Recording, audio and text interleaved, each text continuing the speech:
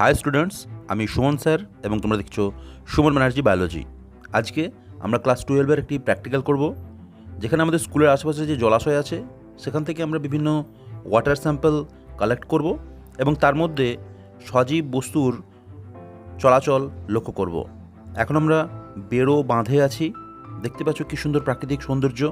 ছাত্ররা একটি বিশেষ অংশ থেকে জল তুলে তা সংগ্রহ করলো এবং তার পরক্ষণেই আরও একটি স্থানে যেখানে অনেক মাটি পড়ে আছে, নোংরা হয়ে আছে জলটা, সেখান থেকেও জল তোলা হলো বেড়ো বাঁধের।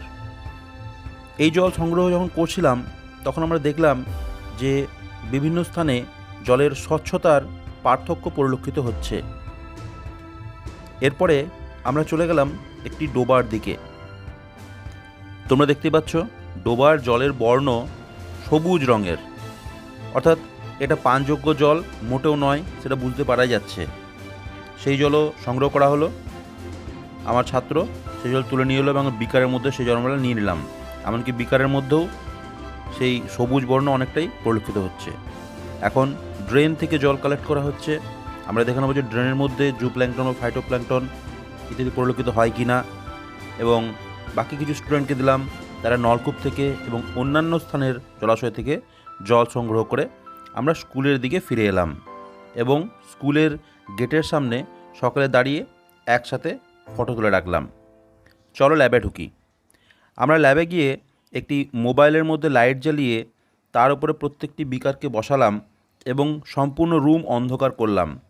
এর সাহায্যে আমরা জলের স্বচ্ছতা খুব ভালোভাবে পরিলক্ষণ করতে পারবো। তোমরা দেখতেই পাচ্ছ সবুজ বর্ণের সেই জল যা ডোবা থেকে সংগ্রহ করলাম, তার মধ্যে অসংখ্য বুদবুদ পরিলক্ষিত হচ্ছে। যে সকল জলের মধ্যে সায়ানোব্যাকটেরিয়ার পরিমাণ খুব বেশি থাকে সেই সকল জলে এই ধরনের বুদবুদ পরিলক্ষিত হয়। সুতরাং বুঝতে পারছি যে এখানে প্রচুর পরিমাণে ব্যাকটেরিয়া আছে যা বিওডি অর্থাৎ বায়োলজিক্যাল অক্সিজেন ডিমান্ড তৈরি করবে। জলের অতিরিক্ত অক্সিজেন এরা শ্বসনের জন্য সংগ্রহ করে নেয়। মাইক্রোস্কোপের মধ্যে আমরা পরে দেখব। অন্য আরেকটি জলে, যেটা বেড়ো বাঁধের জল আমরা সংগ্রহ করেছিলাম, সেখানে কিন্তু আমরা জুপ্ল্যাঙ্কটন খুব ভালোভাবে দেখতে পাচ্ছি। যেখানে লাইট জ্বলছে আলোর দিকে তারা এগিয়ে আসে, সেই দিকে তারা আস্তে আস্তে এগিয়ে আসছে। তোমরা দেখতেই পাচ্ছ ছোট ছোট বিন্দুর মতো সাদা সাদা অংশ যা ওখানে নাড়াচড়া করছে। এগুলো হচ্ছে ড্যাফনিয়া, সাইক্লপস, এই ধরনের বিভিন্ন জুপ্ল্যাঙ্কটনস। ফাইটোপ্ল্যাঙ্কটনসের মুভমেন্ট আমরা মাইক্রোস্কোপের মধ্যেই দেখতে পাবো, সেগুলো এইভাবে দেখতে পাওয়া যাবে না। আরও একটি স্থানের জল, বেড়ো বাঁধের যেটা একটু পরিষ্কার দিকে জল ছিল, সেখানেও আমরা কিন্তু এই ধরনের জুপ্ল্যাঙ্কটনসের মুভমেন্ট দেখতে পাচ্ছি। যে স্থানগুলো আমি ব্লিঙ্ক করিয়ে দিচ্ছি দেখো, সেই স্থানে মুভমেন্টগুলো খুব সুন্দরভাবে বোঝা যাচ্ছে। ছাত্ররা অনেকক্ষণ ধরে লক্ষ্য করলো এবং তারা বিভিন্ন ধরনের প্রশ্ন করতে থাকলো। আমরা নতুন আরও একটি নলকূপের জল নিয়ে এসেছিলাম, সেখানেও কিন্তু তেমন দেখতে পাইনি কিছু, কিন্তু এই জলটা দেখো এর মধ্যেও বুদবুদ দেখতে পাওয়া যাচ্ছে। সুতরাং এর মধ্যেও কিন্তু আমরা ব্যাকটেরিয়া বা বিভিন্ন ধরনের ক্ল্যামাইডোমোনাস এসব দেখতে পারি। এই জল মোটামুটিভাবে সব দিকে স্বচ্ছ, কিন্তু তার মধ্যে কী পরিমাণ নোংরা আছে সেটা তোমরা জুম করলে দেখতে পাবে। সুতরাং আমরা বুঝতেই পারছি যে কোনো পুকুর, ডোবা, তার জলের মধ্যে প্রচুর পরিমাণে প্ল্যাঙ্কটনস থাকে এবং তার মধ্যে যে নোংরাগুলো থাকে সেগুলো আমরা খালি চোখে দেখতে পাই না। কিন্তু এইভাবে আমরা যদি একটি টর্চ বা মোবাইল জ্বালিয়ে তার উপর যদি পাত্রের মধ্যে জলটিকে রাখি এবং রুম যদি অন্ধকার করি, খুব স্বচ্ছভাবে আমরা তা বুঝতে পারবো। একটা পেট্রি ডিশ আনতে বললাম এবং পিপেটের সাহায্যে বিকার থেকে জল তুলে নিলাম। লক্ষ্য করো মোবাইলের কিন্তু লাইট জ্বলছে, তার উপর আমি বিকারটিকে রেখেছি। যেখানে আলো জ্বলছে সেই স্থানের মধ্যে জুপ্ল্যাঙ্কটন, ফাইটোপ্ল্যাঙ্কটনগুলো অধিক পরিমাণে পাওয়া যাবে এবং সেখান থেকে আমি পিপেটের সাহায্যে সেই জলের অংশটা তুলে নিয়ে এলাম এবং তার পেট্রি ডিশের মধ্যে সামান্য পরিমাণে রাখলাম। এখন মাইক্রোস্কোপের জলের তলের একদম সামনে প্রথমে লেন্সটিকে নিয়ে যাব, তারপরে ধীরে ধীরে ধীরে ধীরে সেটাকে উপরের দিকে তুলব। তখনই আমরা দেখতে পাবো যে মাইক্রোস্কোপের মধ্যে দেখতে পাওয়া যাচ্ছে অসংখ্য জুপ্ল্যাঙ্কটন এবং ফাইটোপ্ল্যাঙ্কটন। এসো এবার আমরা ভালো করে বুঝে নিই যে আমরা কী দেখতে পাচ্ছি এবং সেখানে কী আছে। যে সকল সিলিয়েটসগুলি প্রচণ্ড দ্রুততার সাথে এদিক ওদিকে ঘোরাফেরা করছে তাদের বলা হয় কোল্যাপস। এরা সিলিয়ার সাহায্যে প্রচণ্ড গতিতে চলাফেরা করতে পারে। এখানে আমরা আর কি দেখতে পাচ্ছি? আমরা দেখতে পাচ্ছি ইউগ্লিনা। দেখো লাল যে পোর্শন ব্লিঙ্ক করছে, একটু লম্বা সবুজ বর্ণের, তা হলো ইউগ্লিনা। এবং এখানে সবথেকে বড় সবুজ বর্ণের যে গোল অর্গানিজমটি দেখতে পাওয়া যাচ্ছে তা হলো ভলভক্স। এটি একটি কলোনি, অসংখ্য ছোট ছোট কোষ একত্রিত হয়ে একটি কলোনি তৈরি করে। এবং আমরা জানি ভলভক্স গমনে সক্ষম একটি উদ্ভিদ।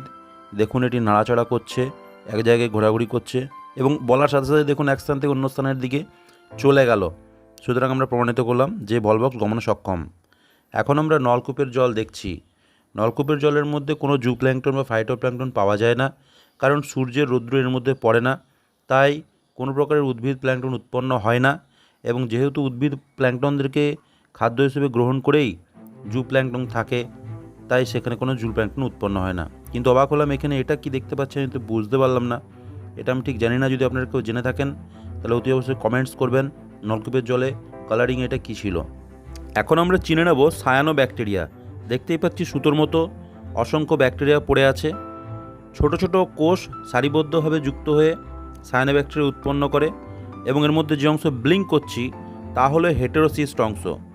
সায়ানো ব্যাকটেরিয়া এই হেটেরোসিস্ট তারা নাইট্রোজেন সংগ্রহ করতে সাহায্য করে, জলের মধ্যে বুদবুদ উৎপন্ন করে এবং বিওডি অর্থাৎ বায়োলজিক্যাল অক্সিজেন ডিমান্ড এরাই সৃষ্টি করে। সবশেষে আমরা দেখতে পাচ্ছি স্লাইডের মধ্যে অসংখ্য সবুজ বর্ণের গোল ডট টাইপের পড়ে আছে, যেগুলো আমি ব্লিঙ্ক করে দেখাচ্ছি। এগুলো সব হচ্ছে ক্লামাইডোমোনাস বা এদেরকে ক্লোরোমোনাস বলা হয়। এরা সবাই হচ্ছে গ্রিন অ্যালগি। আমরা জানি ভলভক্সের মতো ক্লামাইডোমোনাসও গমনে সক্ষম। সুতরাং এরাও কিন্তু আমরা যদি 4x বা 5x জুম করে দেখি তাহলে দেখতে পাবো খুব সামান্য পরিমাণে মুভমেন্ট করছে।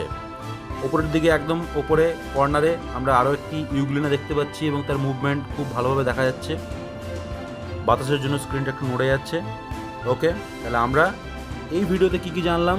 এখানে সায়ানোব্যাকটেরিয়া দেখলাম, ইউগ্লিনা, আমরা দেখলাম কোল্যাপস, আমরা দেখলাম ক্লামাইডোমোনাস এবং আশা করি ভিডিওটি তোমাদের খুব ভালো লাগলো। যদি ভালো লাগে থাকে তাহলে অতি অবশ্যই একটি লাইক দিয়ে যাবে।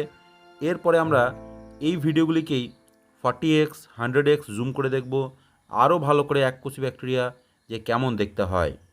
সঙ্গে থাকো, ভালো লাগলে সাবস্ক্রাইব করবে সুমন ব্যানার্জি বায়োলজি।